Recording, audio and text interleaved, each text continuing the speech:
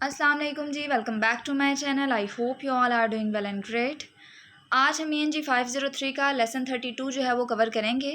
First part में पहले 3 topics cover किए जाएंगे और जो सेकंड पार्ट होगा उसमें नेक्स्ट 3 टॉपिक्स जो होंगे वो कवर किए जाएंगे। ठीक है। बेसिक जो हमारा इसमें टॉपिक है वो क्या है, लिटरेचर है। ठीक है, हमने बेसिकली जो है वो इसमें लिटरेरी टेक्स्ट पढ़ना है इंग्लिश लैंग्वेज टीचिंग में। ठीक है, ऑब्वियसली हम लिंग्विस्टिक्स के स्टूडेंट हैं, लिटरेचर जो है वो हमारे लिए एक न्यू वर्ड है। तो टॉपिक स्टार्ट करते हैं 171, जिसमें हमें teaching literature for language learning की बात की गई है। हमें बताया गया है कि टीचिंग लिटरेचर यानी कि लैंग्वेज लर्निंग में हमने लिटरेचर की टीचिंग पढ़नी है और देखना है कि ये कितना ज़्यादा हेल्पफुल है हमारी लैंग्वेज लर्निंग प्रोसेस में। ठीक है, तो हमें उस टॉपिक पर जाने से पहले लिटरेचर का कॉन्सेप्ट क्लियर कर लेना चाहिए कि लिटरेचर वर्ड जो है ये ड्राइव्ड हुआ है लैटिन वर्ड से, लिटरेचरा से, जिसका मतलब होता है कि रिटन टेक्स्ट। ठीक है, कोई भी चीज़ जो कि लिखी गई टेक्स्ट में हो या फिर टेक्स्ट फॉर्म में हो उसको बेसिकली हम लिटरेचर कहते हैं। लेकिन अगर हम इसका डीप कॉन्सेप्ट देखें तो वो क्या होता है कि सम टाइम हम कोई स्टोरी पढ़ रहे होते हैं, ठीक है, जो कि हमारी रियल लाइफ से या रियल कॉन्टेक्स्ट या सिचुएशन से बड़ी मिलती जुलती होती है। ठीक है, तो उसको जो है वो बेसिकली हम कहते हैं लिटरेचर, यानी कि representation of life through text. यानी कि जो हमें स्टोरीज़ बताई जा रही हैं वो रियल लाइफ से कहीं ना कहीं मिलती जुलती होती हैं, हम उससे रिलेट कर रहे होते हैं, वो हमारे लिए हेल्पफुल होती हैं। ठीक है, हमें गाइड भी कर रही होती हैं। उसको बेसिकली हम क्या कहते हैं, हम लिटरेचर कहते हैं।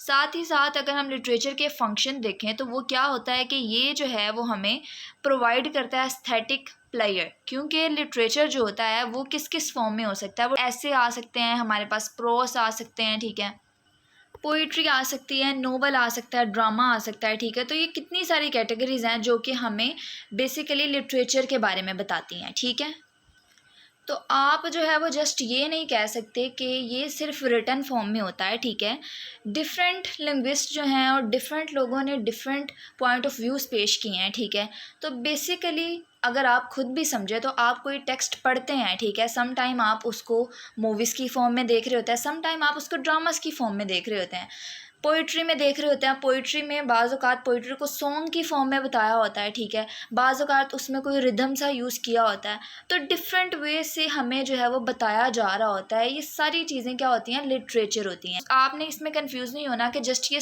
रिटन फॉर्म में होती है, बल्कि ये स्पोकन रिटन दोनों फॉर्म्स में होती है। ठीक है, और बेसिकली क्या होता है कि ये रिप्रेजेंटेशन ऑफ लाइफ होती है थ्रू टेक्स्ट। ठीक है, अब टेक्स्ट को हम विजुअल फॉर्म भी दे सकते हैं, हम ऑडिटरी फॉर्म भी दे सकते हैं, हम उसको लिखी हुई फॉर्म में भी बता सकते हैं, ये हम पर डिपेंड करता है। बट ये सब लिटरेचर की कैटेगरीज होती हैं। ठीक है, उसमें लिटरेचर जो है वो एक बहुत बड़ी फील्ड है, तो उसकी आगे से जो सब फील्ड्स आ जाती हैं, यानी कि लिटरेचर को डिफरेंट जॉनरा में डिवाइड कर दिया जाता है ना, डिफरेंट कैटेगरीज में डिवाइड कर दिया जाता है। वो कैटेगरीज हमारे पास होती है ड्रामा, प्रोज, पोइट्री, उसके अलावा फिक्शन, नॉन फिक्शन वगैरह वगैरह। ठीक है, तो ये बेसिक कॉन्सेप्ट था लिटरेचर का। आई होप सो कि आपको लिटरेचर का पता चल गया होगा। ठीक है, अब आपने इसमें कंफ्यूज नहीं होना, क्योंकि आप भले ही लिंग्विस्टिक्स कर रहे हैं या फिर इंग्लिश लैंग्वेज के स्टूडेंट हैं, इंग्लिश लिंग्विस्टिक्स के स्टूडेंट हैं, लेकिन फिर भी आपसे लिटरेचर का कॉन्सेप्ट पूछा जाता है। आप जितने बड़े लेवल पर भी चले जाएंगे ये कॉन्सेप्ट आपकी जान नहीं छोड़ेगा, तो आपको इसका पता होना चाहिए। अब अगर हम इंग्लिश लैंग्वेज में देखें लिटरेचर को, तो उन्होंने कहा है कि ये कोई न्यू कॉन्सेप्ट नहीं है, बल्कि ये बहुत ज़्यादा ओल्ड कॉन्सेप्ट है। और ये कब स्टार्ट हुआ था, जब इंग्लिश लैंग्वेज टीचिंग स्टार्ट हुई थी EFL और ESL कॉन्टेक्स्ट में, यानी कि इंग्लिश फॉर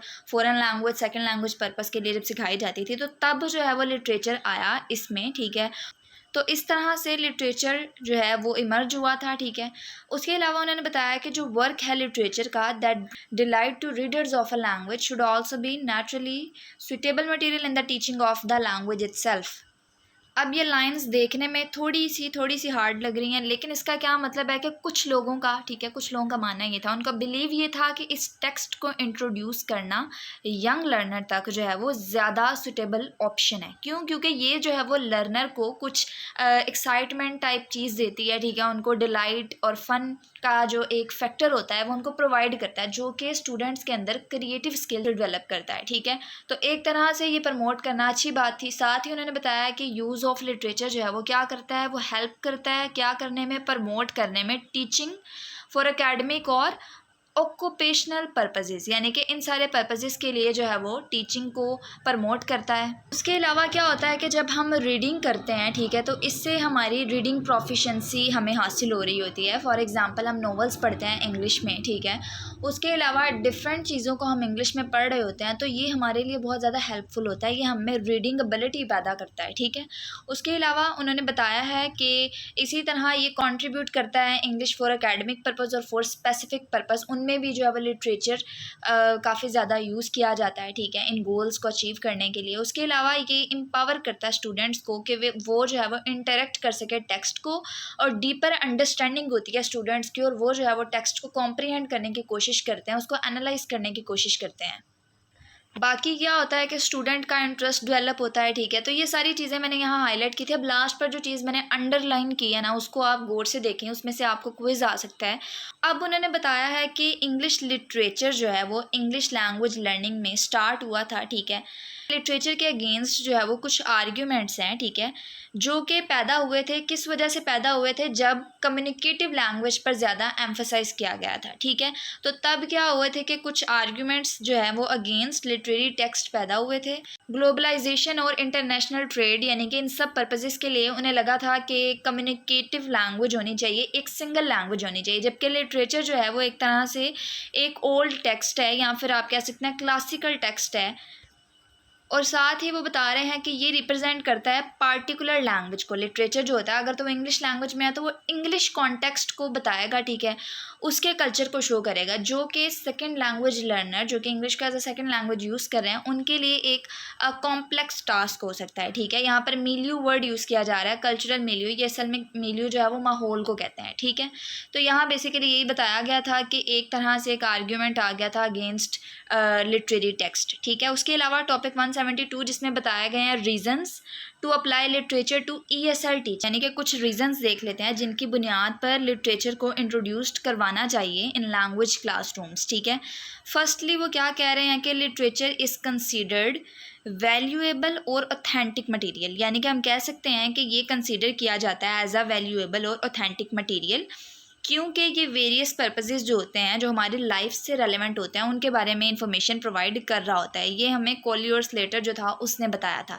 इसी तरह नेक्स्ट वो बताते हैं कि ये जो है वो इस पर्सपेक्टिव से, इस नुक्ता नज़र से अगर देखा जाए तो ये प्रोफेसर और जो हमारे इंस्ट्रक्टर्स होते हैं उन पर डिपेंड करता है कि वो उस टेक्स्ट को कितना मीनिंगफुल बनाते हैं स्टूडेंट्स के लिए। उसके अलावा उन्होंने दूसरा एस्पेक्ट क्या बताया है कि इसका मीनिंग स्टेटिक नहीं है, चेंज होता है कॉन्टेक्स्ट टू कॉन्टेक्स्ट, यानी कि हर कोई जो है वो डिफरेंट वे से उसके मतलब को जो है वो समझने की कोशिश करता है। अगर हमारा कल्चर डिफरेंट है तो हम उसके अकॉर्डिंग उसको समझने की कोशिश करेंगे, ठीक है। तो उन्होंने बताया कि हर कोई जो है डिफरेंट इंटरप्रिटेशंस बनाता है इसके बारे में।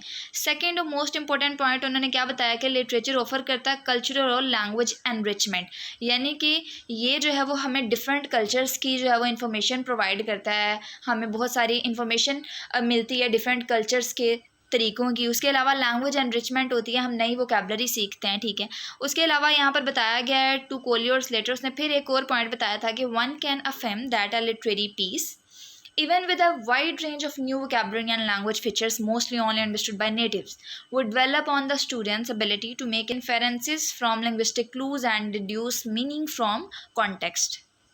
बेसिकली वो क्या बता रहा है कि हम जो है वो लिटरेरी पीस या इन्फॉर्मेशन से जो है वो अंदाज़ा लगा सकते हैं नए अल्फाज और फीचर्स का, जो सिर्फ नेटिव स्पीकर्स जो हैं वो समझ सकते हैं। किस तरह से लिंग्विस्टिक क्लू से अंदाज़ा लगा सकते हैं, मीनिंग डिड्यूस कर सकते हैं कॉन्टेक्स्ट से, ठीक है, जब हम कॉन्टेक्स्ट को देखते हैं। तो इस तरह ये हमें इन फ्यूचर भी बहुत ज़्यादा काम आता है। उसके अलावा उन्होंने बताया कि literary text at the end अगर देखा जाए तो ये प्रमोट करता है deeper personal involvement for both students and teachers. कोई भी फैक्टर है उस पर टीचर और स्टूडेंट जो है वो दोनों एक दूसरे के साथ कम्युनिकेशन कर सकते हैं, ठीक है। टीचर जो है वो स्टूडेंट को गाइड कर सकता है, उनको बता सकता है, ठीक है।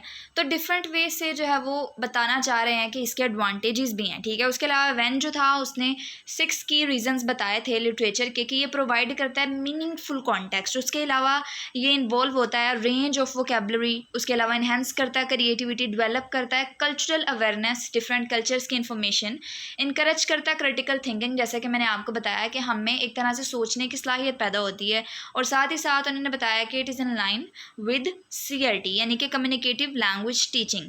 ये प्रमोट करता है कम्युनिकेटिव कॉम्पिटेंस को, लर्नर को अपॉर्चुनिटी देते हैं उनको ऑथेंटिक मटीरियल और वैल्यूएबल मटीरियल दे के कि वो जो है वो कम्युनिकेटिव लैंग्वेज टीचिंग में जो है वो कॉन्ट्रीब्यूट कर सके। ठीक है, उसके अलावा टॉपिक 173 असल में आपके पढ़ने वाला है, ठीक है, लेकिन फिर भी मैंने इंपॉर्टेंट पॉइंट्स हाईलाइट कर लिए हैं ताकि आपको मसला ना हो।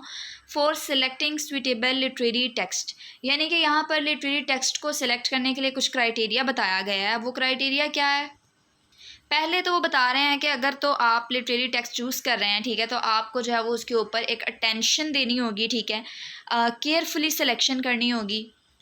उसके अलावा उन्होंने बताया कि लिटरेरी वर्क जो है वो मोस्टली कंटेन होता है आउटडेटेड वर्ड्स, जो नए वर्ड्स नहीं होते, ठीक है, तो is hardly going to benefit ESL। ज़रूरी नहीं है कि अब वो English as a second language users जो हैं वो इसको सेकेंड लैंग्वेज के तौर पे यूज़ कर रहे हैं, उनको फ़ायदा दे या ना दे, ये डिपेंड करता है।